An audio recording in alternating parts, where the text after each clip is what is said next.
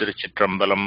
புழியர்கோன் வெப்பொழித்த புகழியர்கோன் கழல் போற்றி, ஆழிமிசை கல்மிதப்பில் அணைந்த பிரானடி போற்றி, வாழி திருநாவலூர் வன்றொண்டர் பதம் போற்றி, ஊழிமலி திருவாத உரர் திருத்தாள் போற்றி. திருச்சிற்றம்பலம்.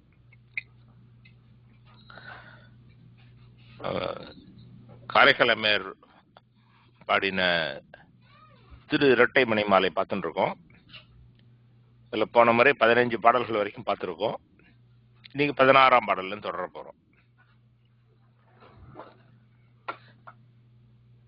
இதுல நீங்க பதம் பிரிச்ச பாடல்களை பார்த்தீங்கன்னா உங்களுக்கு படிக்கிறதுக்கு சுலபமா இருக்கும்.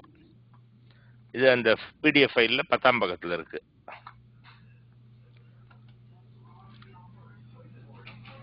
புண்ணியங்கள் செய்தனவும் பொய்நெறிக்கண் சாராமே, எண்ணியோர் ஐந்தும் இசைந்தனவால், தெண்ணிய கைமாவின் ஈருரிவை மூவுருவும் போர்த்துகந்த அம்மானுக்கு ஆட்பட்ட அன்பு.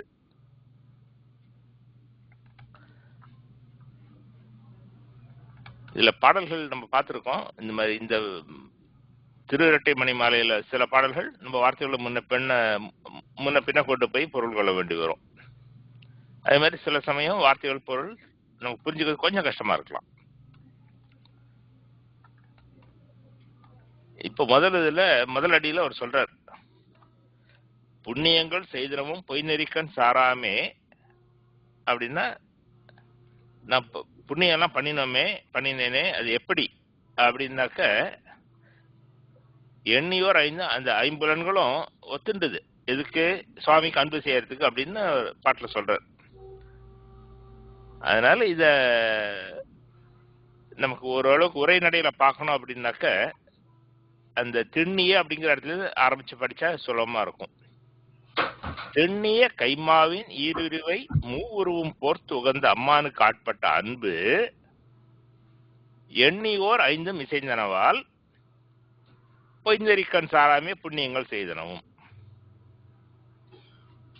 அப்படின்னு நம்ம எடுத்தோம்னா ஓரளவு ப்ரோஸ் ஆர்டர்ல புரியும். திண்ணிய கைமா அப்படின்னா என்ன?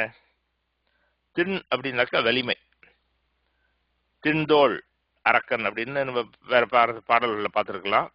திண்மைனா வலிமை, திண்ணியர வலிய, கைமானா யானை, மான விலங்கு, கைனா தும்பிக்கை. அப்படி தும்பிக்கை உடைய விலங்கு அது யானை. அப்படி வலிய யானையின் ஈருருவை போர்த்து உகந்த அம்மான். ஈருரிவை போர்த்து உகந்த அம்மான், உரிவைனா தோல், ஈருரிவைனாக்க ஈரத்தோல்னு எடுத்துக்கலாம், இல்ல உரிச்ச தோல்னு எடுத்துக்கலாம்.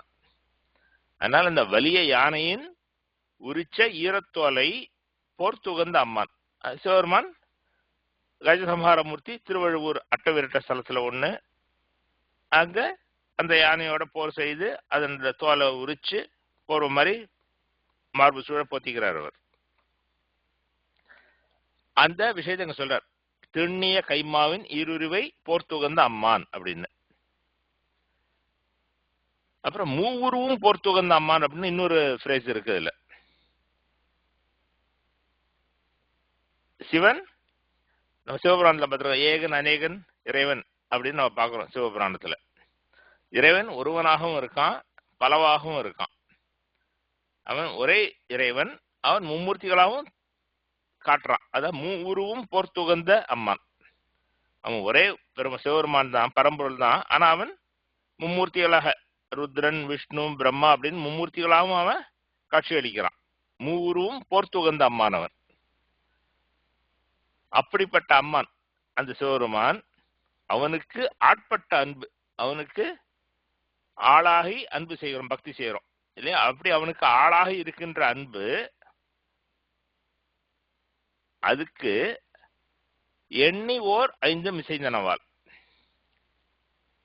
அதை பண்றதுக்கு ஓர் ஐந்தும், அஞ்சு என்னது இந்த இடத்துல நம்ம இன்ஃபர் பண்ணிக்கணும். அஞ்சு என்ன அப்படின்னு நம்மள இறைவனை நினைக்க விடாம பண்றது என்னது? நம்மளுடைய ஐம்புலன்கள். அந்த ஐம்புலன்களும் இந்த உலக விஷயங்கள் ஈடுபட்டு நம்ம சுவாமி நினைக்க விடாம பண்ணிடும். ஆனா அம்மையார் சொல்றார், இந்த 5 புலன்களும் ஒத்துழைச்சது, இசைந்தன. அந்த 5 புலன்களும் ஒத்துழைச்சது சுவாமியை நினைக்கிறதுக்கு. அப்படி ஆனதுனாலதான் நான் பொய் நெறிக்கண் சாராமே புண்ணியங்கள் செய்தனமும். நான் நல்ல வழியில சுவாமியை நினைச்சிட்டு புண்ணியம் செஞ்சுட்டு இருக்கேன் அதனால அப்படின்னு ஒரு ஸ்டேட்மெண்டா வருது. இதான் இந்த பாட்டுக்கு நேரடியான பொருள். உங்களுக்கு கேள்விகளோ கருத்துக்களோ இருந்தா பேசலாம்.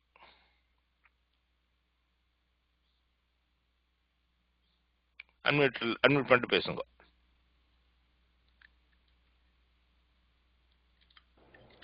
ஐயா, அந்த கைமானா என்னங்க அர்த்தம்? ஆனா அந்த போர்த்து வந்த அம்மானுக்கு ஆட்பட்ட அன்பு, அதோட எக்ஸ்பிளனேஷன் மிஸ் பண்ணிட்டேன். அது என்ன சொன்னீங்க? கைமா அப்படின்னாக்க யானை. யானைக்கு பல பேர்கள் உண்டு. பொயிட்ரியில வெவ்வேறு பேர்கள் வரும். வேழம், மதகரி, கரி, கைமா, மாதங்கம் அப்படின்னு. இன்ஃபேக்ட் ஒரு வக்ரோக்தி அணியில ஒரு பாட்டு இருக்கிற பள்ளிக்கூடத்தில் படிச்சிருக்கலாம் சில பேர். இது மாதிரி ஒரு ஏதோ ஒரு பானன் பை யாரோ ஒரு பிரபுவை பாடிட்டு வருவான். அவன் வந்து ஒரு யானையை கொடுத்துருவான் பெருசா. நம்ம யானையை பெருசா வாங்கினாக்க யானைக்கு தீனி போட்டு வாழாது. அதனால யானையை பெருசா கொடுத்தா அதுக்கு தீனி போடுறதுக்கும் நிறைய பொருள் கொடுக்கணும். ஆனா அவன் வெறும் யானையை மட்டும் கொடுத்துருவான். பெருசா கொடுத்த யானையை வேண்டான்னு சொல்ல முடியுமா, வாங்கிட்டு வர வேண்டியிருக்கு. இப்படி ஒரு கற்பனை கதை இது. அவன் வீட்டுக்கு வருவான், வந்து மொண்டாட்டி கேட்பான், நீ அந்த பேத பிரபுவை பாடினே என்ன கொடுத்தாரு அப்படின்பா. இம்பர்வான் நல்லை ராமனையே பாடின்னு அந்த பாட்டுது. அவன் ஒரு பேரா பொண்டாட்டிட்டு போய் யானையை கொடுத்தான்னு திட்டுவல. அதனால ஒன்னா பாக்குறான், மாதங்கம் என்றேன் வாழ்ந்தோம் என்றால் அப்படின்னு அது போகும். அது எதுக்கு சொல்ல வரேன்னா, யானைக்கு பல பேர் உண்டு. அதுல கைமாங்கிறது ஒரு பேர். கையை உடைய விலங்கு அப்படின்னு அர்த்தம். அது ஒண்ணு. ரெண்டாவது இந்த போர்த்துகந்தனா போத்திக்கிறது, அணியறது. சோ கைமாவை நீருருவை போர்த்துகந்தான். சரிங்க ஐயா. சூர்யா, என்ன கேள்வி உங்களுக்கு?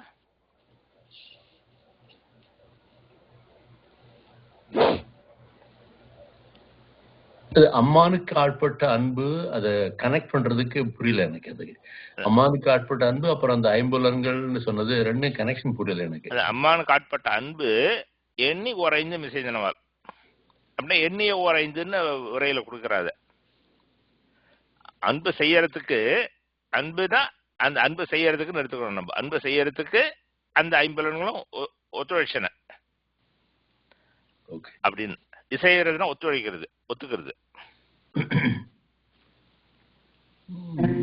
எனக்கு வந்துட்டு ஒரு நீங்க சொன்னீங்கல்ல, ஐம்புலன்களும் சுவாமியை நினைக்கிறதுக்கு உறுதுணையா இருந்தது அப்படின்னு சொல்லிட்டு, அது வந்துட்டு எனக்கு வந்து இந்த குரம்பை மலஜலம்ன்ற திருப்புகள்ல அவர் சொல்லுவார், அருணகிரிநாத பெருமான் இதத்தான் சொல்லுவார்.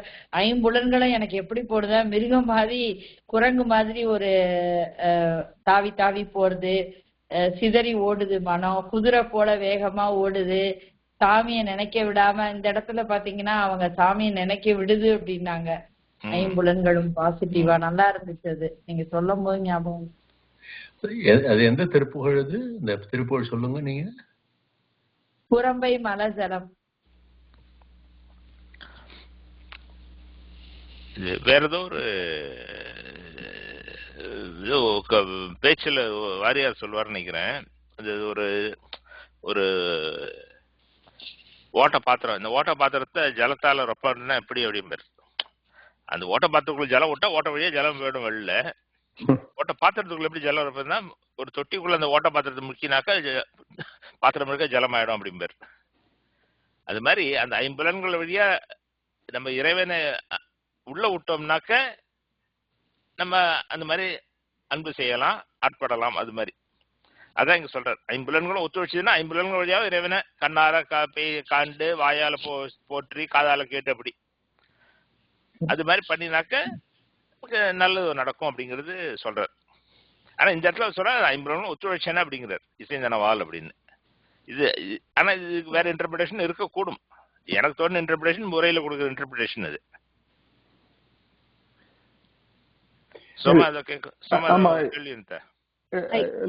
ஐம்புலன்களை வந்து இப்ப அது கண்ட்ரோல்னு சொன்னா கரெக்டான வேர்டான்னு தெரியல. அது எல்லாத்தையும் நான் இறைவனை வழிபடும் போது எனக்கு வேற எதுவுமே கேட்கல. எல்லாமே என்னோட எல்லா இதுவுமே வந்து அவரை நினைச்சுதான் இருக்கேன். ஏன்னா சில சமயத்துல இப்ப நம்ம சாமி கும்பிடும் போது இது பண்ணும்போது தாட்ஸ் வந்துகிட்டே இருக்கும்ல, சம்திங் அங்க சாமி கும்பிட்டுதான் இருப்போம், தாட்ஸ் வந்துட்டு இருக்கோம். இது வந்து எனக்கு அது கரெக்டான்னு தெரியல. அந்த அந்த தாட்ஸையும் சரி எல்லா புலன்களையும் அடக்கின்ல ஏன்னா கண்ட்ரோல் பண்ணிட்டு அவரை வழிபடுறேன் அதனால அப்படின்னு எடுத்துக்கலாமா? அதான் இல்ல எப்படி? ஐம்புலன்களும் பொதுவா நான் சொன்னபடி கேட்காது. ஆனா ஏதோ அதுவே தானே வழிக்கு வந்துடுத்து அப்படிங்கிறது. அது இறைவனோட அருள்னாலதான் அதுக்கு வழிக்கு வரும். அவன் அருளால் அவன் தாழ் வணங்கிங்கிற மாதிரி. ஐயா அந்த கைமாவின் புரியுது, மூவுருவம் புரியுது, ஆக்குவத இடத்துல அதுல கரெக்டா சிவபுரம் வந்திருக்குமா? ஈருருவை அப்படின்னும் போது அது ஈருருவைனா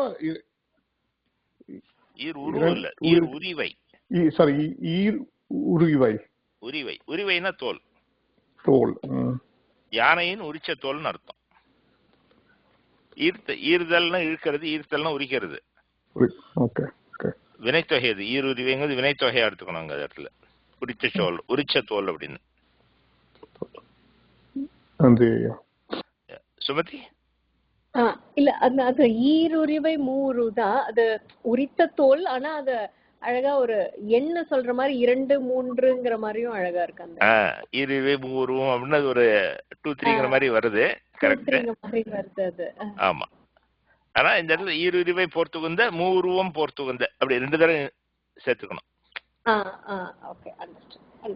ஐயா நீங்க யானைக்கு நிறைய வார்த்தை சொன்னீங்க, அது கொஞ்சம் ரிப்பீட் பண்றீங்களா? மாதங்கம், வேழம், இதுல பாத்துருக்கோம். களிறு.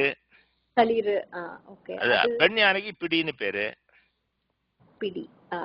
பிடி நடை அப்படின்னா மாதர் மடப்பிடியும் மட அன்னமும் மாதங்கம் நான் கேக்குறேன். நீங்க வேழம், களிறு, அந்த பாட்டு ஃபேமஸ் பாட்டு, இம்பர்வான் நெல்லை ராமனே பாடி அப்படின்னு. ஓகே. அது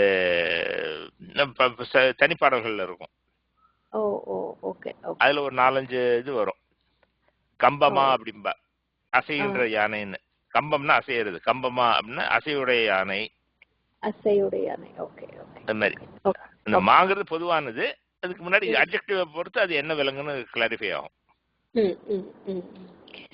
நான் இந்த ஒரு 5ம் இசைந்தனா நான் வந்து ஓகே நம்ம நமச்சிவாய சொல்லிட்டே இருக்கிறதுனால அப்படின்னு நான் நினைச்சுக்கிட்டேன் ஃபர்ஸ்ட் இந்த பாட்டை படிக்கும்போது.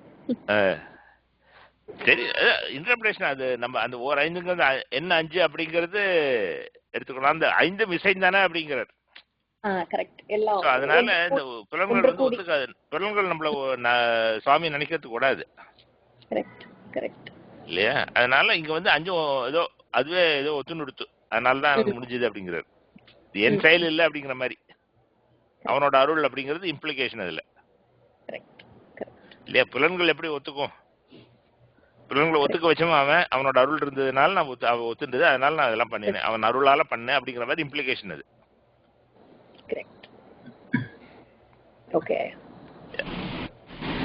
அந்த மூவுருவம் போர்த்துங்கிறதுக்கு கொஞ்சம் சுருக்கமா சொல்லுங்க ஐயா.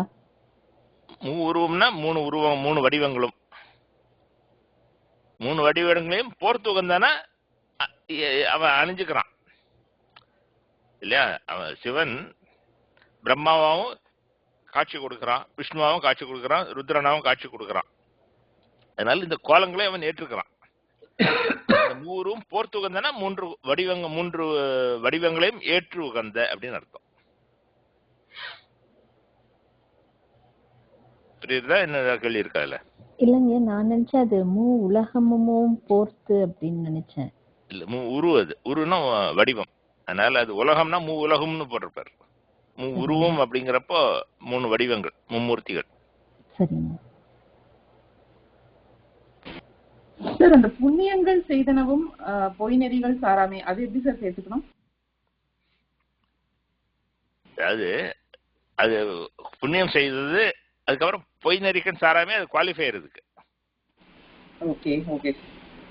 பொய் நெறியில் சாராம புண்ணியங்கள் செய்ததும் இந்த 50 ஒத்துண்டதுனால எதுக்கு? சிவபெருமானுக்கு அன்பு செய்யறதுக்கு. தேங்க்யூ. Anybody else? நமக்கு ஒரு புலனே இசைக்க முடியல. ஆனா இவாளுக்கு 5 புலனும் ஒத்துழைச்சு புண்ணியம் கிடைச்சிருக்குன்னு சொல்றாளே. என்ன என்ன அது என்னோட ஃபுல் மீனிங் புரியல எனக்கு இன்னும். அது ஆழ்ந்த மீனிங் இன்னும் எதுக்காக சொல்ற அப்படின்னு இன்டர்பிரேஷன் ஃபுல்லா புரியல. Maybe I think about it.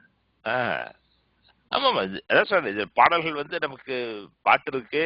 இந்த பாட்டுக்கு என்ன எப்படி பொருள் கொள்ளணும் அப்படிங்கறது நம்ம சிந்திச்சு முன்னாடி உரையில இருக்கிறது ஒரே புலவர்கள் சிந்திச்சதுக்கு சொல்றார். அதுக்கு மேலேயும் நமக்கு ஏதாவது தோணலாம். அது மாதிரி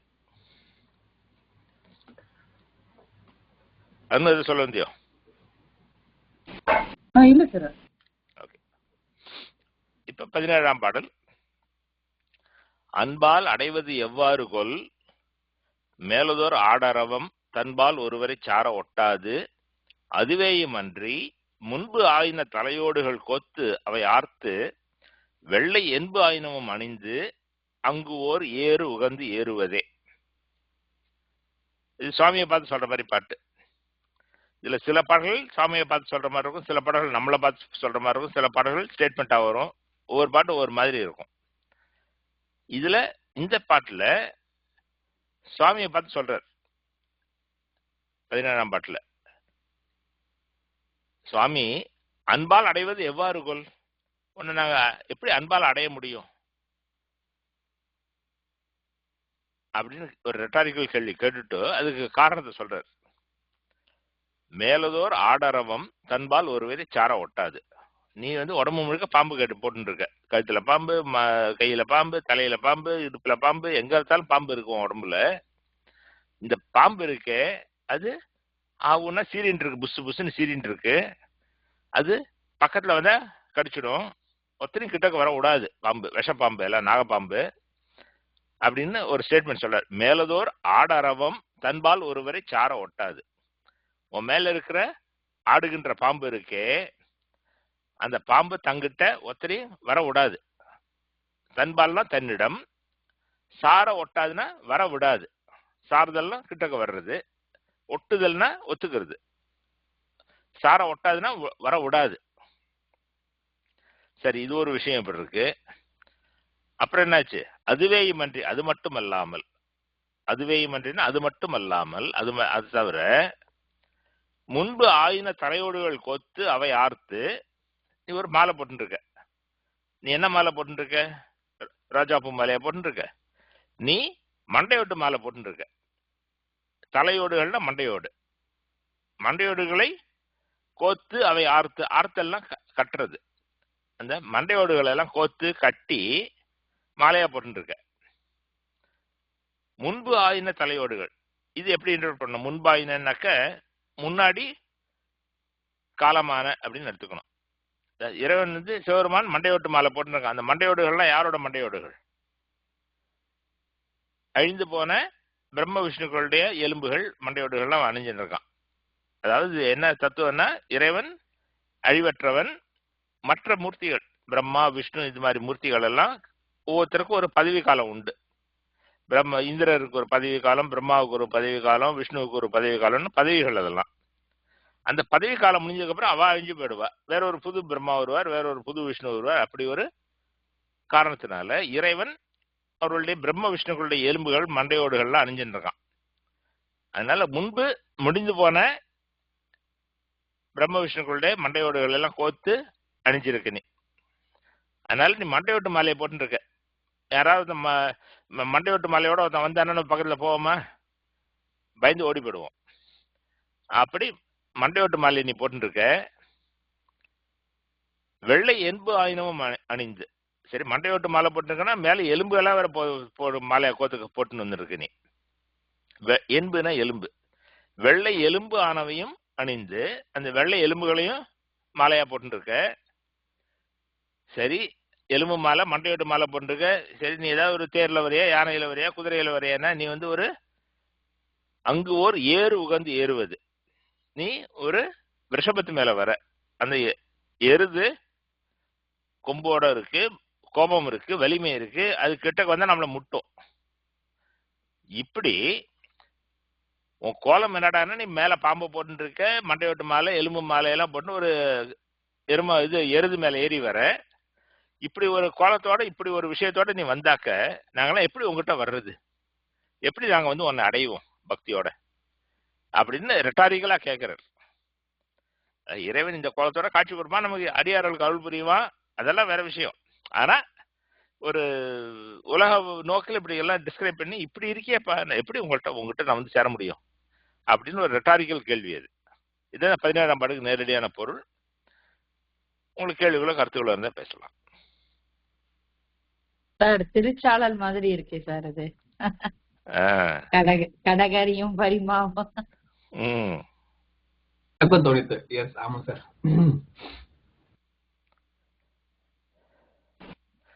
சார் அந்த அரவம் தன்பால் ஒருவரை அப்படின்னா அது சுவாமி தானே அந்த தன் இல்ல அந்த அரவமா சார்? எப்படி வேணா எடுத்துக்கலாம் இல்லையா? ஆனா பாம்பு வந்து அதுகிட்ட வரும், அவன் உடம்பு மேல பாம்பு இருக்கு, பாம்பு கிட்ட போக முடியாது, அப்புறம் எப்படி நாங்க உங்ககிட்ட வர்றது இல்லையா? இல்லையா? இல்லாட்டா அவர் நின்பால்னு சொல்லிருக்கலாமே. தன்பால்னு சொன்னதுனால பாம்புன்னு எடுத்துக்கணும். அரவம் தன்பால் ஒரு சாரம், அரவத்துக்கிட்ட ஒத்திரி வர விடாது அது இல்ல. தன் அப்படின்னாக்கா அது தான்னாக்கா அவன் அப்படின்னு ஒரு அர்த்தம் இருக்கு. அதனால உங்ககிட்ட சொல்லலாம். சார ஒட்டாது அப்படின்னா என்ன சார் அது? சார ஒட்டாதுன்னா ஒத்துக்க விடாது, பக்கத்துல அண்டை விடாது. ஒட்டுதல்னாக்க ஒத்துக்க மாதிரி டு ஹலோ அது மாதிரி. வேற கூட ஒட்டார்னு வேற ஏதோ ஒரு பாட்டுல கூட வருது, சரி ஞாபகம் வரல. ஓர ஒட்டார் உன்னை ஒட்டார்னு ஏதோ ஒரு பாட்டு இருக்குன்னு நினைக்கிறேன். ஆமா சார், அது கந்தர் அலங்காரம் சார். ஊற விட்டார் ஒன்றை உண்ண விட்டார், மலரிட்டு உண்ணத்தால் சேர விட்டார். அதுல இந்த நம்ம ஐம்புலன் பத்தி நினைக்கும் போது அதுல அவர் அப்படிதான் சொல்லுவாரு, ஐவர் செய்வது என் யான்னு.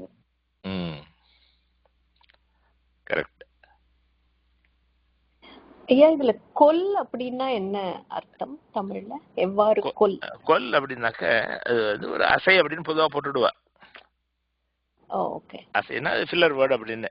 ஆனா அது பொதுவா அது இது மாதிரி வர்றப்ப அது ஒரு ஐயத்தை குறிக்கிற அசை அப்படின்பா.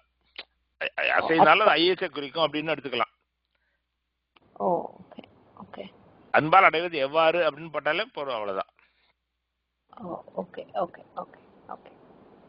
உன்னை அன்பால் அடைவது எப்படி அப்படின்னா ரைட்டு, உன்னை அன்பால் அடைவது எப்படியோ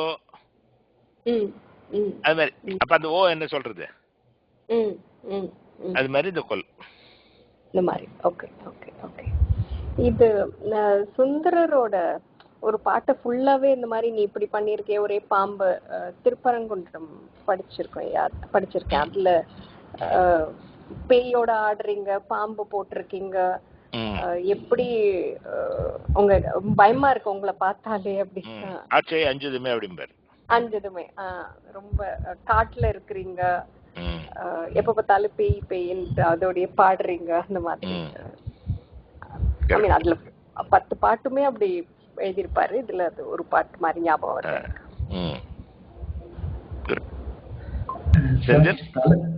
தலையோடுகள் கோர்த்தவை ஆத்துன்னு இருக்குல்ல சார், அதுல அவை ஆத்துங்கிறது என்ன சத்தம் இடுதல் அர்த்தமா சார்? அவை ஆர்த்து அப்படின்னாக்க கட்டின்னு அர்த்தம், கோத்து கட்டுறது, கட்டி. ஓகே ஐயா, அன்னை பத்தில கூட இப்படி சொல்லுவாரு தானேங்க ஐயா? சொல்லு, பாரு ஞாபகம் இருந்தா சொல்லு. ஆடர பூந்தோல் போட்டோ என்னமோ சொல்லுவாருங்க அந்த மாதிரி. அங்கங்க வரும் இது மாதிரி. இந்த மண்டையோட்டு மாலை எலும்பு அணியிறது பல பாடல்கள்ல வரும். ஆனா இப்படி எல்லாம் போட்டுருக்கேன், உங்ககிட்ட எப்படி நாங்க கிட்ட வர்றது, பயமா இருக்கே. அது மாதிரி ஒரு கருத்து சொல்ற மாதிரி பாடல் சில இருக்கு. அதான் இங்க சொல்ல வர்றது இதுதான், இது மாதிரி இறைவனுடைய கோலம் வந்து இப்படி பயமுறுத்துற கோலமா இருக்கு, எப்படி உங்ககிட்ட வர்றது? ஆனா இவரை வந்து நம்ம அடியார்களுக்கு பயம் கிடையாது இல்லையா? எப்படி கிட்டக்கு வருதுன்னு கேட்கிறார் ரெட்டாரிக்கலா. ஆனா அடியார்களுக்கு பயம் கிடையாது. நம்ம இதுல பார்த்துருக்கோம், நம்ம சுண்ணவன் சந்தன சாந்து பதிகம் பார்த்துருக்கோம் 4.2ல. சுண்ணவன் சந்தன சாந்தும் சுழத்திங்கட் சொலாமணியும் வண்ண உரிவை உடையும் வளரும் பவள நிறமும் அண்ணல் அரண் முரண் ஏறும் அகலம் வளாய அறவும் திண்ணன் கெடில புனலும் உடையார் ஒருவர் தமர்நாம் அஞ்சுவது யாதொன்றுமில்லை அஞ்ச வருவதும் இல்லை அப்படின்னு அப்பர் பாடுறார். அதனால அந்த பெருமானுக்கு அடியவனா நமக்கு அச்சங்கிறது கிடையாது. இந்த ஏறு இருக்கே, அந்த ஏறு அண்ணல் அரண் முரண் ஏறும், அது அடியார்களுக்கு அரணாக இருக்கும், அடியார்களுக்கு கெடுதல் செய்ய நினைக்கிறவர்களுக்கு அது முரணா இருக்கும் அப்படின்னு போட்டு, அந்த ஏறு அடியவர்களுக்கு அடியவர்களை காப்பாத்துற ஏறு இல்லையா? நம்ம பாடி கார்டு ஸ்ட்ராங்கா இருக்கணும், அப்பதான் நம்ம சேஃபா இருப்போம். அதனால அந்த ஏறு ரொம்ப ஸ்ட்ராங்கான ஏறு, அது அடியார்களுக்கு பாதுகாவலா இருக்கும், பகைவர்களுக்கு முரணா இருக்கும், பகைவர்களை தாக்கி அழிக்கும். அப்படிப்பட்ட ஏறு அது அப்படின்னு. அதாவது இங்க காரைக்கால மேல் இங்க நீ வந்து ஒரு முரட்டு காலம் மேல ஏறி வரையே எங்களுக்கு பயமா இருக்கே அப்படிங்கிற மாதிரி சொல்றார். ஆனா அது ரெட்டாரிக்கலா சொல்றது, ஒரு நயத்துக்காக. இறைவனுடைய ரிஷபத்தை கண்டு அடியார்களுக்கு பயம் கிடையாது, எதிரிகளுக்கு தான் பயம். சரிங்க. ஓகே, வேற கேள்விகள் கருத்துகள் 17ஆம் பாட்டுல இல்லைன்னா 18ஆம் பாட்டுக்கு போறோம். திருக்குறள்ல கூட கற்றதனால் ஆய பயன் என்கொள். கரெக்ட். 18ஆம் பாட்டு. ஏறலால் ஏறமற்று இல்லையே எம்பெருமான் ஆறலாம் பாயும் அவர் சடையார் வேறு ஓர் படம் குலவு நாகம் உமிழ் பண்டு அமரர் சூழ்ந்த தடங்கடல் நஞ்சுண்டார் தமக்கு. இது ஸ்டேட்மெண்டா வருது, சுவாமியை பார்த்து சொல்லல, இல்ல சுவாமியை பார்த்து வச்சுக்கலாம். எம்பெருமான் அப்படிங்க இதெல்லாம் வந்து ஸ்டேட்மெண்டா வருது. எம்பெருமான் சுவாமி யாரு? எல்லாருக்கும் பெருமான், நமக்கு பெருமான் அவன்.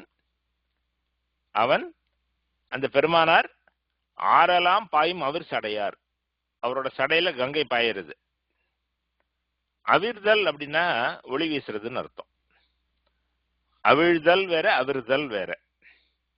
அவிழ்தல்னா முடிச்சு அவிழுறது, லூஸ் ஆயிடுறதுன்னு அர்த்தம். அவிர்தல் அப்படின்னா ஷைனி அப்படின்னு அர்த்தம்.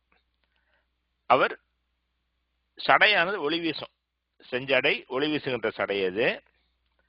அந்த சடையை உடையவர், அந்த சடையில ஆறெல்லாம் பாயிருது அப்படின்னா கங்கை பாயிருதுன்னு அர்த்தம். அப்படி கங்கை பாயிர சடையை உடையவர் வேறோர் படம் குலவு நாகம் உமிழ் பண்டு அமரர் சூழ்ந்த தடங்கடல் நஞ்சு உண்டார் தமக்கு. இதுல ரெண்டு விஷயம் இருக்கு. சிவருமான் நஞ்சு உண்டார், நஞ்சு உண்டார் தமக்குன்னா நஞ்சு உண்டவரான சிவருமானா இருக்கு. அந்த விஷத்தை உண்டாரவர். எந்த விஷம்? அது பார்க்கடல் நஞ்சு, தடம் கடல் நஞ்சு. தடம் கடல்னா, தடம்னா பெரிய, கடல்னா கடல், பெரிய கடல். அந்த பெரிய பார்க்கடல்ல வந்த விஷத்தை உண்டாரவர் அவருக்கு அப்படின்னு அர்த்தம். இந்த விஷம் எப்படி வந்தது? வேறு ஓர் படங்குலவு நாகம் உமிழ், அந்த பார்க்கடல்ல கடையிறப்போ அந்த வாசுகிங்கிற பெரிய பாம்பு எடுத்து நானாக்கிதான் தேவர்கள் ஒரு பக்கம் அசுரர்கள் ஒரு பக்கமா ரெண்டு கடையிறா. அப்போ இந்த கடையிறப்போ அந்த பாம்பும் விஷத்தை கக்கிறது, அந்த கடல்லையும் விஷம் உண்டாருது. இது ரெண்டும் சேர்ந்து ஹலாஹலம் அப்படிங்கிற பெரிய விஷமா வருது. அதனால அந்த நாகம் உமிழ் நஞ்சு அது. வேறு ஓர் படம் குலவு நாகம் உமிழ் நஞ்சு. படம்னா பாம்புடைய படம், அந்த படம் இருக்கிற பாம்பு உமிழ்ந்த விஷம் அது. அது பண்டு அமரர் சூழ்ந்த, முற்காலத்துல தேவர்கள் எல்லாம் சூழ்ந்து சுட்டெரித்த விஷம் அது. அதனால்தான் தேவரெல்லாம் ஓடி வந்து சரணடைஞ்ச சிவபெருமான் அவர்களை காப்பாத்துறதுக்காக அந்த விஷத்தை உண்டார். அதான் சொல்ற வேறு ஓர் படங்குலவு. வேறு அப்படின்னாக்க சிறந்தன்னு அர்த்தம், சிறப்பு தனிப்பட்டது அப்படின்னு அர்த்தம் வேறு அப்படின்னா. அப்படி சிறப்புடைய மிக தனி விசேஷமான படங்களுடைய வாசுகிங்கிற பாம்பு விழுந்த முற்காலத்துல தேவர்களை சூழ்ந்து சுட்டரிச்ச தடங்கடல் பார்க்கடல் விஷத்தை உண்டாருக்கு.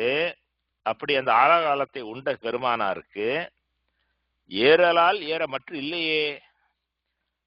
இந்த ரிஷபத்தை தவிர அவருக்கு ஏறி போறதுக்கு வேற ஒரு வாகனம் கிடைக்கலையா அப்படின்னு ரெட்டாரிக்கலா கேட்கிறாருங்க. ஏறலால் ஏற மற்றும் இல்லையே. இல்லையேனாக்க ஸ்டேட்மெண்ட் இல்லை, ஏங்கிறது வினாவில் வரும். இப்ப இன்னைக்கு அது ஏங்கிறது வினாவில் இல்லை, கொஸ்டனா இல்லை. இன்னைக்கு ஏ அப்படின்னாக்க எம்பேட்டிக் தேற்றமா தான் இருக்கு. ஆனா பழைய தமிழ்ல ஏன்னா வினாவுக்கும் வரும். இவனே செய்தான் அப்படின்னா இவனா செஞ்சான் அப்படிங்கிறது அர்த்தம். அது மாதிரி ஏறலால் ஏற மட்டும் இல்லையே, அவருக்கு ரிஷபத்தை தவிர ஏறத்துக்கு வேற விஷயம் வேற ஒரு வாகனம் கிடைக்கலையா அப்படின்னு கேள்வி அது. அத அவன் விரும்பி ஏறுறாங்கிறது அர்த்தம். அவனுக்கு எல்லாம் இருக்கு, எதை வேணாலும் ஏறி போகலாம், யானையில போகலாம், குதிரையில போகலாம், தேர்ல போகலாம், எதுல வேணா அவன் போகலாம். ஆனா அவன் விரும்பி ரிஷபத்துல வரான், அது பொருள். ஆனா கேட்கறது பாட்டில் எப்படி சொல்றாருன்னா அவனுக்கு அவனுக்கு சாப்பிட்றதுக்கு விஷம் தான் கிடைச்சது, ஏறதுக்கு ரிஷபம் தான் கிடைச்சிருக்கு, ஐயோ பாவம் அப்படிங்கிற மாதிரி இருக்குது. அதான் இந்த பாட்டுக்கு நேரடியான பொருள். உங்களுக்கு கேள்விகளோ கருத்துக்கள் இருந்தா பேசலாம். குலவு அப்படின்றதுக்கு மீனிங் என்ன? பண்டு இருக்கிறதுன்னு அர்த்தம், திகழறது இருக்கிறதுன்னு அர்த்தம். ஓகே. ஆனா அந்த பண்டு அமரர் சூழ்ந்துன்றது எப்படி கனெக்ட் பண்றது? அந்த விஷம், அந்த விஷமானது என்ன விஷம் அப்படிங்கிற விஷத்துக்கு ரெண்டு டிஸ்கிரிப்ஷன். அந்த தடங்கடல் நஞ்சு இருக்கு இல்லையா, அதை குவாலிஃபை பண்றது, அதை டிஸ்கிரைப் பண்றது. நாகமுமிழ் நஞ்சு, பண்டு அமரர் சூழ்ந்த நஞ்சு, தடங்கடல் நஞ்சு அப்படின்னு 3 டிஸ்கிரிப்ஷன் அந்த நஞ்சுக்கு. சுவாமி ஆழகாலத்தை உண்டார். அந்த ஆழகாலம் எப்படிப்பட்டது, எங்கேருந்து வந்தது, என்ன பண்ணித்து அப்படிங்கிற மாதிரி 3 குவாலிஃபையர் கொடுக்குறது அந்த விஷயத்துக்கு.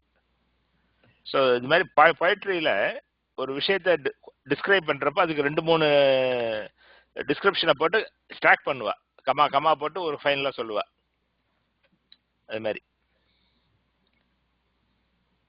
அது 3மே வேறொரு நாகமுமிழ் நஞ்சு, பண்டு அமரர் சூழ்ந்த நஞ்சு, தடங்கடல் நஞ்சு அப்படின்னு 3 தரமா இன்டர்பிரட் பண்ணா உங்களுக்கு புரியும். Okay okay. சோ பண்டு அமரர்னா தேவர்கள் சூழ்ந்த, தேவர்கள் இருக்கும்போது எடுத்த நஞ்சு அப்படின்னு. பண்டுனா பழங்காலம், முற்காலத்துல. பண்டுனா முற்காலம். அமரர் சூழ்ந்த அந்த இச்சு இருக்கு இல்லையா, அந்த இச்சு வந்து அமரர்களை சூழ்ந்தன்னு அர்த்தம், இம்ப்ளிகேஷன் வரும் அதுல. அமரர்களை சூழ்ந்த நஞ்சு, முற்காலத்துல தேவர்களை சுத்தி சுட்டரிச்ச விஷம் அது. ஓகே, புரிஞ்சுது. தேங்க்யூ. தடம்னா பெரியந்தன அர்த்தம். இந்த இடத்துல பெரியன்னு அர்த்தம். தடங்கண் அப்படின்னா பெரிய கண், தடங்கடல்னா பெரிய கடல். மொய்யார் தடம் பொய்கை அப்படின்னா பெரிய குளம். ஆனா தடம்னு தனியா வந்தாலும் தடம்னா குளம்னு ஒரு அர்த்தம் இருக்கு. ஓ ஓகே. அது வேற பாட்டுல வேற கான்டெக்ஸ்ட்ல வரும். ஓ சரி. தடந்தோள், தடங்கண் அதெல்லாம் பெரியன்னு அர்த்தம். Okay okay. இது ஆறு பாயறதுனால ஒளி வீசும் சடை அப்படியா, இல்ல ஜெனரலியே ஒளி வீசும்? ஒளி வீசுற சடை எது, அதுல 6 பாயறது. Okay okay. நம்ம பார்த்ததுல இருந்து அந்த பதிகம் அழல் நீர் ஒழுகி அணைய சடைன்னு திருச்சோற்றுத்துறையில ஒரு பதிகம், அது பாடல் இருக்கு. ஓ ஓகே ஓகே. அவர் சடை பல பாடல்கள்ல வரும். பல பாடல்கள்ல வந்திருக்கு. கரெக்ட். நான் அந்த மறையுடையாய் அதுலயுமே வந்து கங்கை பாயுது அவர் சரி அப்படின்னு தான் வரும். சரி, அதனால ஆல்வேஸ் கங்கை பாயறதுனால ஒளி வீசு அப்படி கொண்டு வர்றாங்க எல்லாருமே அப்படி. ஆமா, அது செஞ்சடை, அது ஒளி வீசுகின்ற சடை. சடை அவரோட கரிய கண்டமே ஒளி வீசுறது, அதனால கரிய கண்டமே ஒளி வீசுறப்ப செஞ்சடை ஒளி வீசாதா? Correct correct. ஆறு எல்லாம் அப்படின்னா கங்கைதாசர் அண்ணா அது ஏன் அப்படி சொல்றாங்க? ஆறு எல்லாம் அது ஒரு இதுவா எடுத்துக்கணும் நம்ம. அது ஏறலாம் ஆறலாம்ங்கிறது சவுண்ட் எஃபெக்டுக்கா இருக்கு. ஓகே, அது மாதிரி ஆறெல்லாம் ஓடுறது கொஞ்சம் அடையில அப்படின்னாக்க அப்படி எடுத்துக்கணும். அதாவது அது பொய்டிக் வே ஆஃப் சேயிங்னு எடுத்துக்கணும் அதை. ஓகே சார், எல்லாமே ரொம்ப பெரிய பெரிய விஷயமா சொல்லிட்டு அதுக்கு அந்த பெருமான் ஏறுறதுக்கு அந்த ரிஷபம் அப்படிங்கிறாங்க. ஆமா ஆமா, அது மாதிரி கங்கையை சடையில் தாங்குறார், விஷத்துக்கு உண்றார், இவ்வளவு சக்தி உடையவர் அவர். அவர் என்னடான்னா ஒரு சாதாரண எருது மேல ஏறி வராரு. அது மாதிரி அவருடைய அந்த எளிமையை சொல்றது மாதிரி அது மாதிரி இல்லையா? ஒரு பெரிய கோடீஸ்வரன் வந்து சைக்கிள்ல வந்து நம்ம வீட்டுக்கு வந்தாருன்னு வச்சுக்குவோம், அது மாதிரி. இங்க அழகா ஏறு ஏற, ஆனா வேற வேற மீனிங் இல்ல, அது அழகா இருக்கு. ஏறு ஏற, ஆமா, ஏறுறது விஷமா, ஏறுறதுன்னா மேல ஏறுறது. ஏறுறது அதான் அழகா இருக்கு. வேற கேள்விகள் கருத்துக்கள் என்னக்க 19ஆம் பாடல். தமக்கென்றும் இன்பணி செய்து இருப்பேமுக்கு தாம் ஒரு நாள் எமக்கு என்று சொன்னால் அருளுங்கொலாம். இணை யாதுமின்றி சுமக்கின்ற பிள்ளைகள் ஏறு ஒப்பது ஒன்று தொண்டை கனிவாய் உமைக்கு என்று தேடி பெறாது உடனே கொண்ட உத்தமரே. இது வந்து ஒரு ரெட்டாரிக்கலா ஒரு கேள்வி கேட்கிறார், நமக்கு நம்மளை பார்த்து சொல்ற மாதிரி.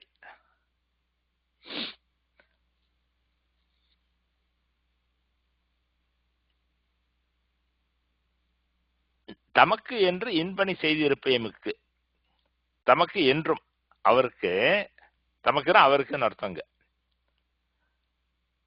அவருக்கு என்றும் இன்பணி இனிய தொண்டு, இன்ன இனிய நல்ல சிறந்தன்னு அர்த்தம். இன்பணி இனிய திருத்தொண்டு செய்திருப்பேமுக்கு, இருப்பேமுக்குன்னா இருக்கின்ற நமக்கு அப்படின்னு அர்த்தம். இருப்பேம்னா தன்மை பன்மை. அது இப்ப இன்னைக்கு பேசல இருப்போமுக்குன்னு எடுத்துக்கணும். இருப்பேம் இருப்போம் ரெண்டு ஒரே அர்த்தம் தான். பழைய தமிழ்ல ஏம் வரும். அப்படி அவருக்கு என்றும் நல்ல தொண்டு செஞ்சுட்டு இருக்கிற நமக்கு தாம் ஒரு நாள் எமக்கு என்று சொன்னால் அருளுங்கொலாம். அவர், தாம்னா அவர், ஒரு நாள் எமக்கு என்று சொன்னால் அருளும் கொலாம்.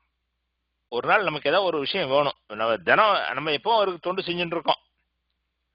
என்னைக்காவது ஒரு நாள் நம்ம அவர்கிட்ட போய் சுவாமி எனக்கு இது வேணும் அப்படின்னு கேட்டாக்க அருளும் கொலாம். அவரால் அவருக்கு அருள்வாரா, அவர் கொடுப்பாரோ அப்படின்னு ஒரு சந்தேகத்தோட கேட்கிற பாட்டு.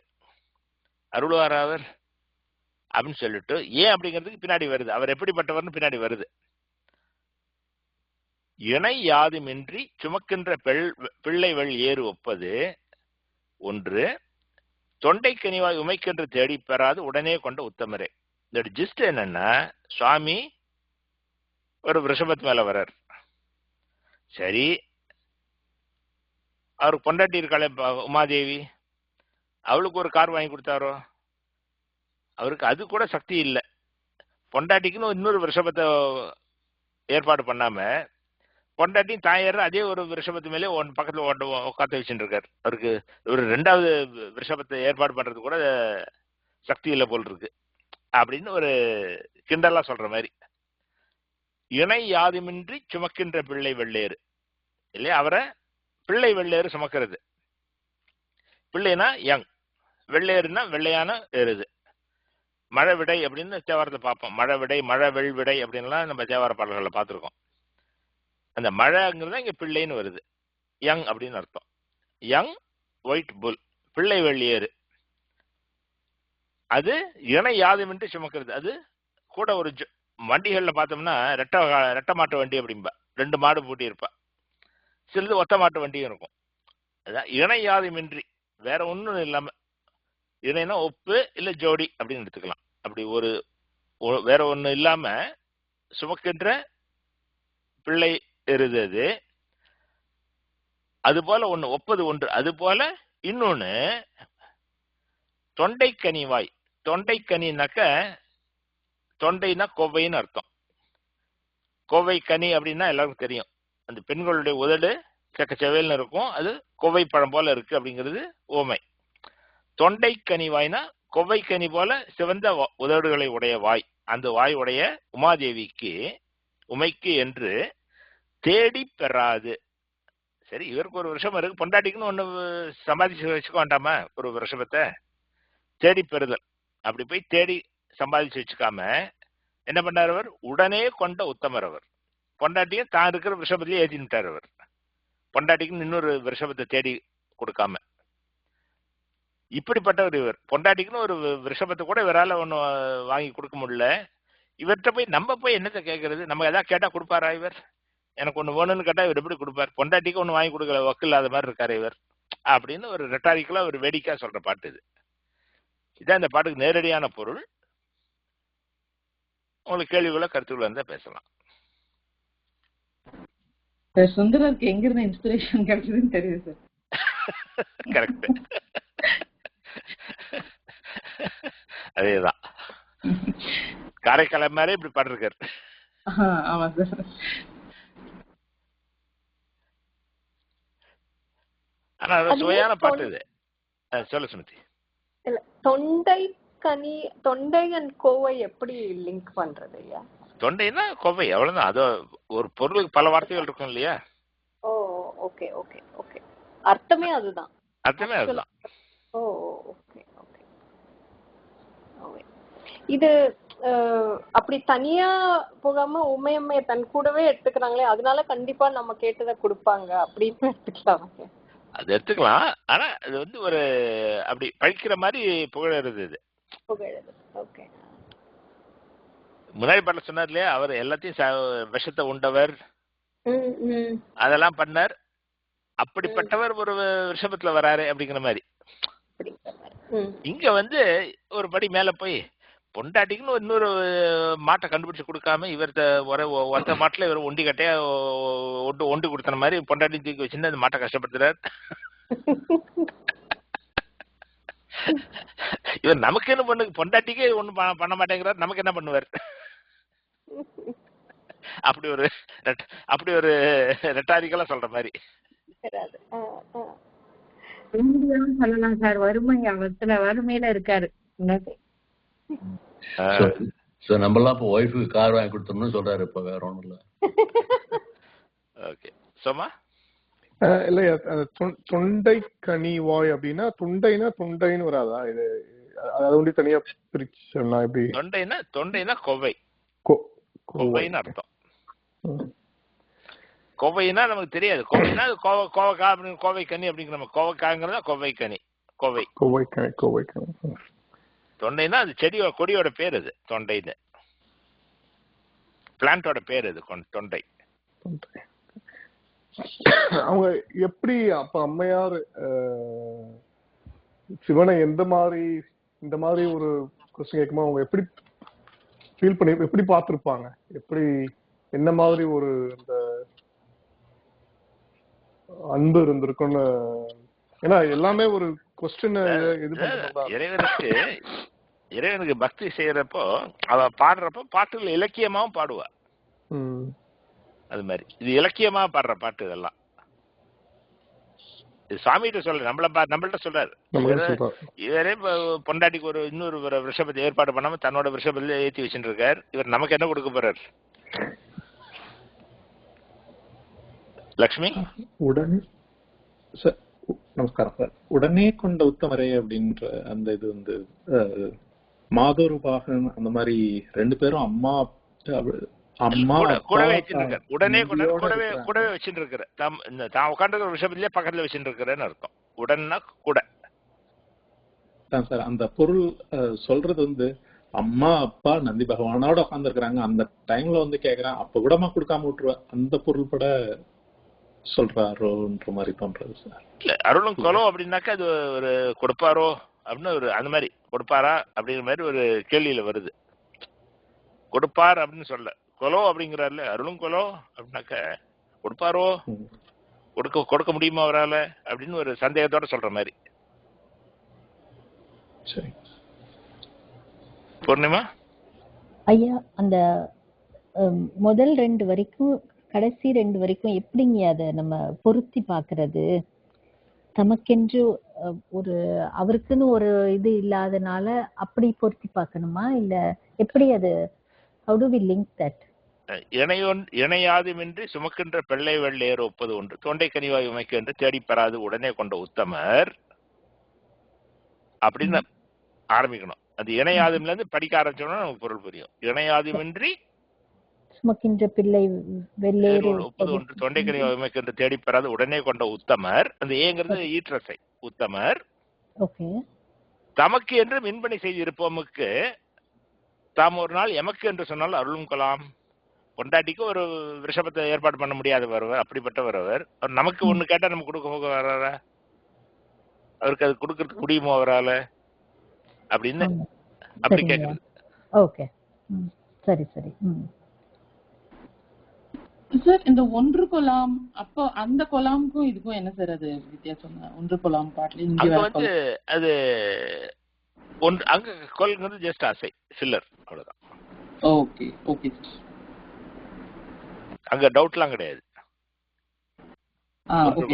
ஒண்ணு அங்க வந்து ஃபில்லர் வேர்டு அது டோட்டலாவே. Okay sir, okay, ya, thank you sir.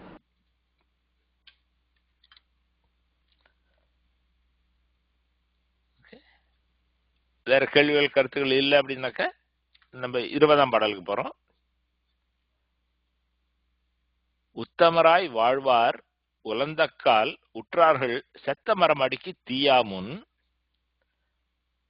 உத்தமனாய் நீளாழி நஞ்சு உண்ட நெய்யாடிதன் திறமே கேள் ஆழி நெஞ்சே கிளர்ந்து.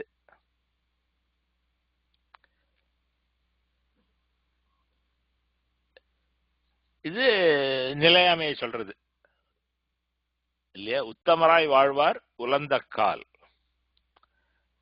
அப்படி உலகம் புகழ வாழ்ந்தவர்கள் இல்லையா, பேரும் புகழும் பெற்று வாழ்ந்தவர்கள். அப்படிப்பட்டவர்கள் கூட உலந்தக்கால்,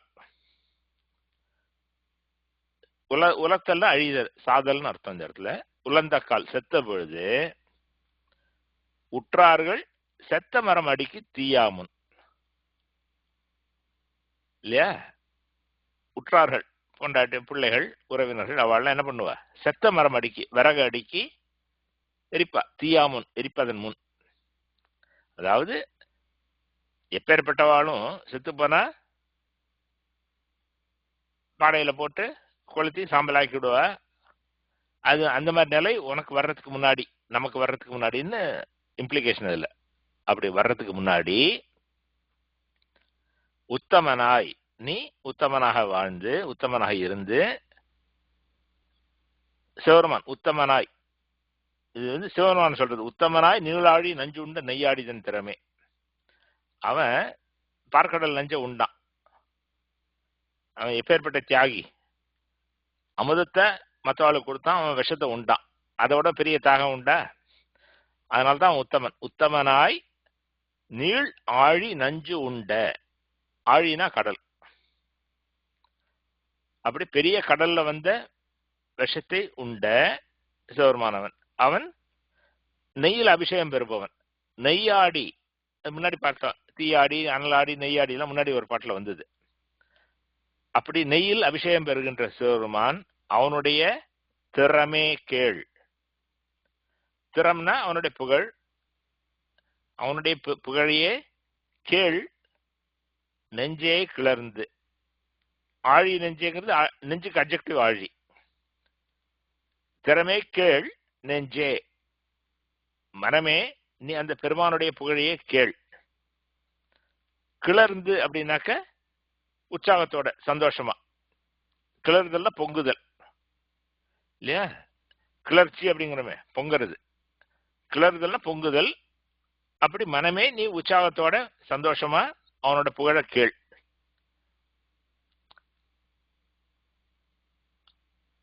ஆழி அப்படின்னாக்க இந்த இடத்துல ஆழி நெஞ்சு, நெஞ்சு ஆழிங்கிறது ரெண்டாவது கடைசி அடியில் ஆழிங்கிறது நெஞ்சுக்கு அட்ஜெக்டிவ். ஆழி நெஞ்சே அப்படின்னா ஆழ்கின்ற நெஞ்சேன்னு அர்த்தம். எதுல ஆழ்கிறது? இந்த மனமானது உலக மயக்கங்கள் ஆழறது, பந்தங்கள் ஆழறது, அப்படி பல விஷயங்கள் முழுகுகின்ற மனம் இது. அப்படி முழுகுகின்ற மனமே நீ உற்சாகத்தோட சிவருமானுடைய புகழ கேள். எப்போ இந்த உடம்ப விட்டு உயிர் போறதுக்கு முன்னாடியே கேளுன்னு அர்த்தம். நம்ம உடம்ப விட்டு என்னைக்கு உயிர் போகும் தெரியாது, அதனால இன்னைக்கே கேளுன்னு அர்த்தம். நாளைக்கு இருப்போமான்னு யாருக்கும் தெரியாது. அதனால சாகிறதுக்கு முன்னாடி சொல்லு அப்படின்னு என்ன அர்த்தம்? நம்ம என்னைக்கு சாவோன்னு தெரியாது, அதனால இன்னைக்கே சொல்லுன்னு அர்த்தம்.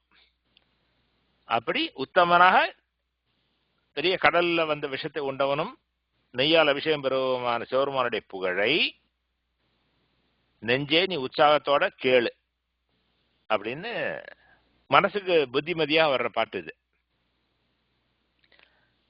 நம்ம சம்பந்தர் தேவாரத்துல திருச்சாய்க்காடு பதிகத்துல பார்த்திருக்கோம் அந்த பாட்டு, இந்த கருத்து. நீனாலும் நன்னெஞ்சே நினை கண்டாய் ஆரறிவார், சானாலும் வாழ்நாளும் சாய்க்காட்டேம் பெருமார்க்கே, பூ நாளும் தலை சுமப்ப புகழ்நாமம் செவி கேட்ப, நானாலும் நவீன்றேத்த பெறலாமே நல்வினையே. சம்பந்தரோட உபதேசம் அந்த பாட்டுல. அதான் புகழ்நாமம் செவி கேட்ப அப்படிங்கிறார் அவர். அதுதான் இங்க திறமை கேள் அப்படிங்கன்னு அம்மையார் சொல்றாரு இங்க. சோ இந்த பாட்டோட இந்த இரட்டை மணி மாலை முடியறது. நம்ம இந்த இரட்டை மணி மாலை அந்தாதின்னு முன்னாடியே பார்த்தோம். ஸோ இந்த பாட்டு நம்ம அதை பத்தி இன்னைக்கு சொல்லலை. ஒவ்வொரு பாட்டு முடியறதும் அடுத்த பாட்டு ஆரம்பமும் கனெக்ஷன் உண்டு. இன்னைக்கு பார்த்த பாட்டிலேயே பார்த்தா தெரியும்.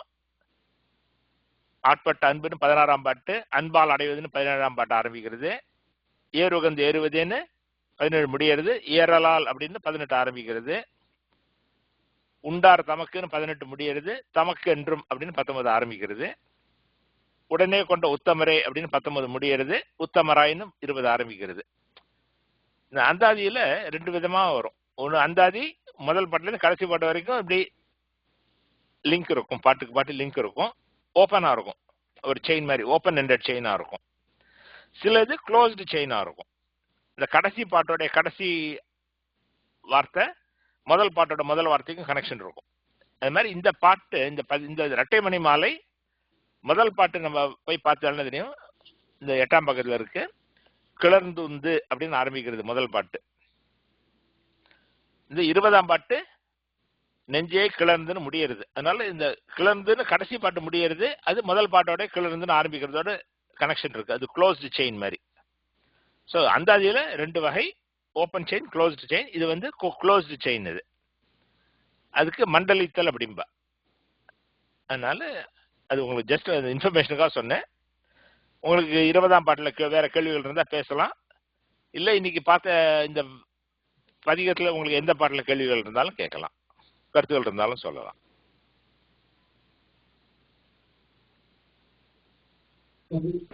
இந்த க்ளோஸ்டு செயின்லாம் என்ன சார் அது அப்படின்னா? ஒரு சங்கிலி இருக்கு. சங்கிலி வந்து நம்ம கழுத்தை சுத்தி போட்டுக்கிறோம்னாக்கா அதுல ஒரு கொக்கி இருக்கும், போட்டு சேர்த்துருவோம். அப்பதான் கழுத்துல தொங்கும். அது அந்த கொக்கியை பறிச்சா அது வெறும் சங்கிலி, ஆனா நீளமா இருக்கும், வட்டமா இருக்காது. புரியுது இல்லையா? அது புரியுது. அது மாதிரி கழுத்துல மாட்டிக்கிற சங்கிலி சொன்னா கரெக்டா புரியுது. சொல்றேன். அதாவது பேசிக்கலி இது கடைசி பாட்டும் முதல் பாட்டும் முடிச்சு போட்டிருப்பா. அது வட்டமாயிடும். மண்டலிக்கிறதுனா வளையறதுன்னு அர்த்தம். வளைதலா? மண்டலிக்கிறதுனா வளையறதுன்னு அர்த்தம். Okay sir, thank you. சுத்தி வர்றது மண்டலம் அப்படிங்கிறோமே, சூரிய மண்டலம் அப்படிங்கிற மாதிரி. மண்டலம்னா அப்படி அந்த ரீஜன் சுத்தி இருக்கிறது, அது மாதிரி. சோமா இல்லையா இந்த இதுல 19th உத்தமரேன்னு ஒரு ஈசனே சொல்லிட்டு இதுல நம்மளுக்கு சொல்றாங்களா உத்தமராய் வாழ்வார் குழந்த கால் உற்றார்கள்? ஆமா, உலகத்துல வாழ்வார்கள். அதான் உத்தமரா வாழ்வது நம்மள சொல்றது. அது லிங்க் வந்து அந்த சொல்லோ பொருளோ அதான் லிங்க் இருக்கும், அவ்வளவுதான். அதுல உத்தமர்னு சுவாமி சொன்னார், இங்கேயும் உத்தமர்னு சுவாமி தான் சொல்லணும்னு கிடையாது.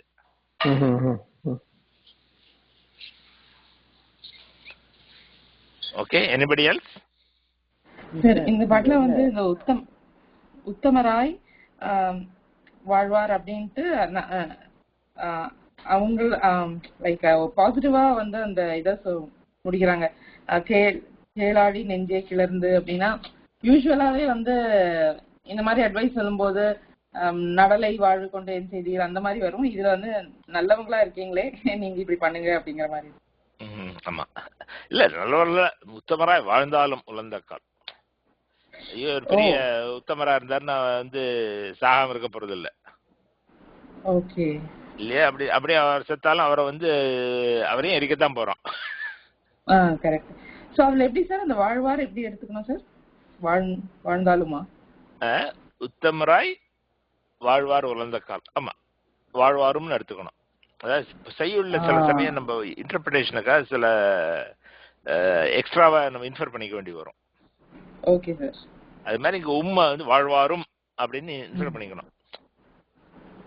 ஓகே சார் ஓகே சார் புரியுது. அப்பதான் அது ஃப்ளோ வரும் சரியா. Thank you sir. உத்தமரா வாழ்ந்தாலும் செத்து போனா உலகம் எரிச்சிடும் அப்படின்னு அர்த்தம்.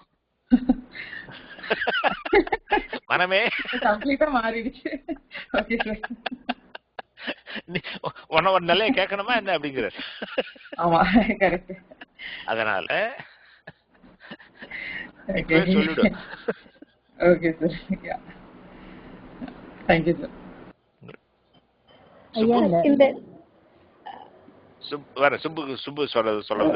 ஒரு நிமிஷம் சார்.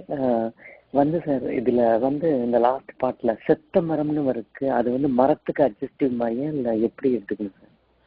ஆமா செத்த மரம்னு தான். பச்சை மரத்தை போட்டு எரிக்க முடியாது. ஓ அதனாலதான் செத்த மரம்னு சொல்றேன். அப்படி விறகுக்கு செத்த மரம்னு அப்படி ஒரு பொய்டிக்கா சொல்றாரு. ஓ சரி sir. Okay thanks. Okay Sumathi. Sir இந்த செகண்ட் உத்தமனாய்ங்கிறது சிவபெருமான தானே சொல்றாங்க? ஆமா இங்க செகண்ட் உத்தமன் சிவபெருமான். அந்த ஆழி ஃபர்ஸ்ட் ஆழி கடல் இல்லையா? நீல் ஆழிங்கிறது கடல் தான். ஆமா கடல். ஃபர்ஸ்ட் ஆழி கடல். செகண்ட் ஆழிங்கிறது நம்ம இன்டர்பிரேஷன்ல பார்க்கணும். அது வந்து ஆழ்தலை உடையது ஆழி அப்படின்னு எடுத்துக்கணும். ஓகே. சோ என்ன ஆக்சுவலி சொல்றாங்க நெஞ்சுக்கு சிவபெருமானோட புகழை கேள் அப்படிங்கறாங்களா? ஆமா அதாவது உத்தமராய் நீளாழி நெஞ்சு உண்ட நெய்யாடி அது சிவபெருமான். சிவபெருமான் திறமே கேள் நெஞ்சே கிளர்ந்து. அந்த இந்த ரெண்டாவது ஆழியை இப்போதைக்கு விட்டுருவாங்க. நெஞ்சுக்கு டிஸ்கிரிப்ஷன் அது. ரெண்டாவது ஆழி நெஞ்சுக்கு டிஸ்கிரிப்ஷன். பட் கேள் திறமே கேள் நெஞ்சே கிளர்ந்து. சிவபெருமானோட புகழ கேள் அப்படின்னு தானே சொல்றாங்க நெஞ்சு. Okay okay okay. ஆனா நீங்க அந்த சிகப்பு புக்ல பாத்தீங்கன்னா சிவனை புகழை அறிந்தோர் சொல்ல கேள், அதையும் அப்படி போட்டிருக்காங்க.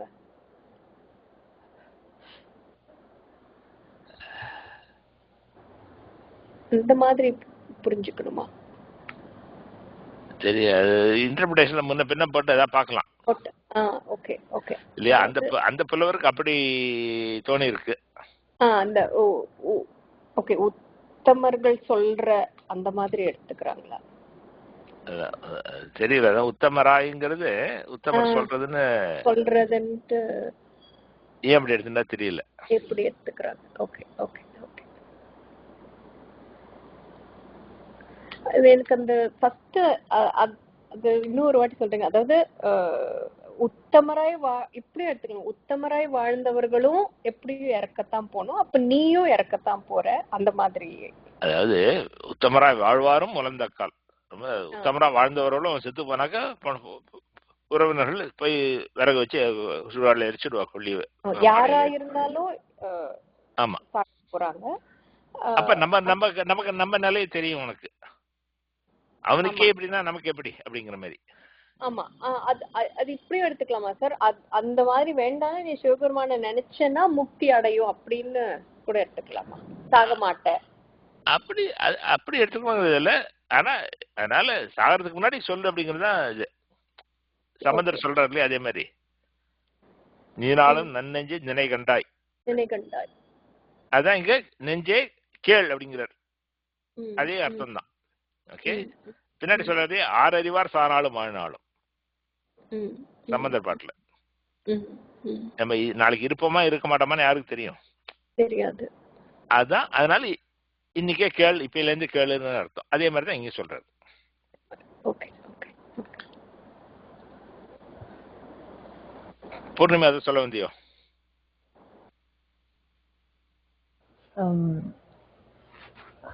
சுமதி மேடம் கேட்டுட்டாங்க. அது நான் கேட்க வேண்டியது அவங்களே கேட்டுட்டாங்க. ஓகே சரி. சார் இந்த பாட்டு வந்து அம்மையார் எப்போ சார் பாடினது? அம்மையார் பாடினது எப்பன்னா அவர் ஆட்கொள்ளப்பட்டதுக்கு அப்புறம் தான் பாடினார் ஆப்வியஸ்லி. ஆனா அதுல எல்லாம் பிரீஃபா சொல்லிடுவார். ஏன்னா அதுக்கப்புறம் இங்க பண்ண அங்க பண்ணலாம் ஒன்றும் சொல்ல முடியாது. இதுல கேட்கிறார் ஒரு பாட்டில் சொல்லிடுவார், அப்படி இதை பண்ணா அதை பண்ணா அப்படியே முடிச்சிடுவார். வந்து நமக்கு தெளிவா சொல்ற மாதிரி எதுவும் சீக்வன்ஸ் சொல்ற மாதிரி இது பாடினா அவ்வளவுதான் சொல்ல மொழிய, வேற ஒன்றும் சொல்ல முடியாது. இங்க பண்ணாரு, இது நடந்தது, அப்ப இது பண்ணான்னு கையில அவர் வாழ்க்கை வரலாற்றுல அவர் முன்னாடி இருந்தது, மாம்பழம் பெற்றது, கணவனோட போய் சேர்ந்தது, அதெல்லாம் நிறைய விளக்கமா வரும்.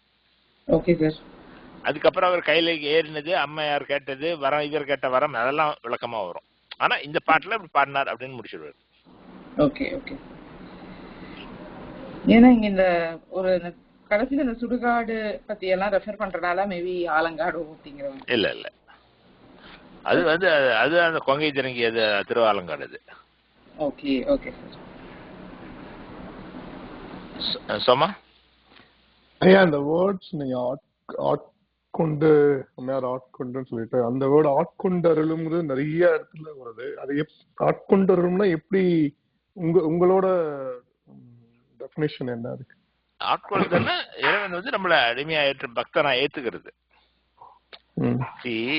நம்ம ஒருத்தர்கிட்ட போய் நம்ம ஆட்சி செய்யறோம் அப்படின்னாக்கா அவன் நம்மள ஏத்துக்கணும் இல்லையா? Accept us. அப்படி இறைவன் நம்மள அக்செப்ட் பண்றது ஆட்கொள்ளுதல். அடுத்த क्वेश्चन அதுல how do you know எப்படி அது அவ்வளவுதான். இறைவன் ஆட்கொண்டார்னா எப்படி தெரியும்னாக்க இறைவன் நமக்கு உணர்த்துவான், அவ்வளவுதான் இல்லையா? இப்ப இறைவன் ஆட்கொண்டார்னா இறைவன் வந்து அருள் புரிஞ்சார்னா ஆட்கொண்டதுன்னு அர்த்தம் இல்ல. ரெஸ்ட் பி இண்டிகேஷன் இல்லையா? இப்போ சிவபெருமான் வந்து திருநாவுக்கரசர் ஆட்கொண்டார்னு எப்படி நமக்கு தெரியும்? தெரியாது. தெரியும். அசரீரியா 7 உலகம் உன்ன நாவுக்கரசன் புகழும் அப்படிங்கிறார். ஓகே, அது அவருக்கு மட்டும் கேட்கல, மற்றவாளும் கேட்டிருக்கோம் இல்லையா? அதே மாதிரி அவர் நீற்றறையில் இருந்தப்ப உயிர் பழிச்சு வந்தார், விஷம் கொடுத்தப்ப பழிச்சு வந்தார் திருநாவுக்கரசர். இதெல்லாம் அவனுடைய அருளின் வெளிப்பாடுகள். அப்படி நமக்கு தெரியும் இவர் அருள் பெற்றவர் அப்படின்னு. இறைவனுடைய அருள் பெற்றவர், இறைவனால் ஆட்கொள்ளப்பட்டவர்கள்.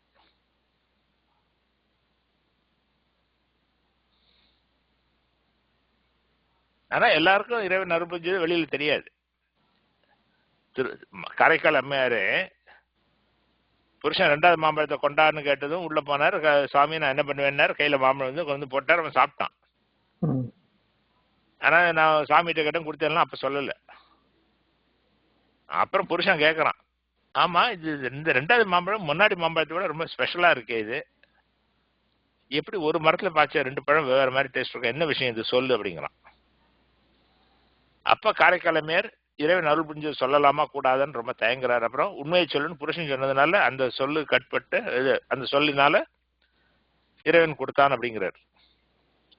அதை அவன் நம்பல. அப்புறம் இன்னொரு வர வச்சு காமி அப்படிங்கிறான். அவன் முன்னாடி சுவாமியை வேண்டாம், இன்னொரு பழம் வருது. எனவே எதுக்கு சொல்ல வரனா, ஆட்கொள்தல் அப்படின்னு நமக்கு தெரிய வரும். அது மாதிரி. Thank you. Okay. Anything else? சொன்னா இது முடிஞ்சிருச்சுன்னா I can give an update on the app. Okay. வேற கேள்விகள் கருத்துக்கள்னாக்கி இன்னைக்கு இந்த அளவில் நிறைய செஞ்சுக்குவோம். திருச்சிற்றம்பலம்.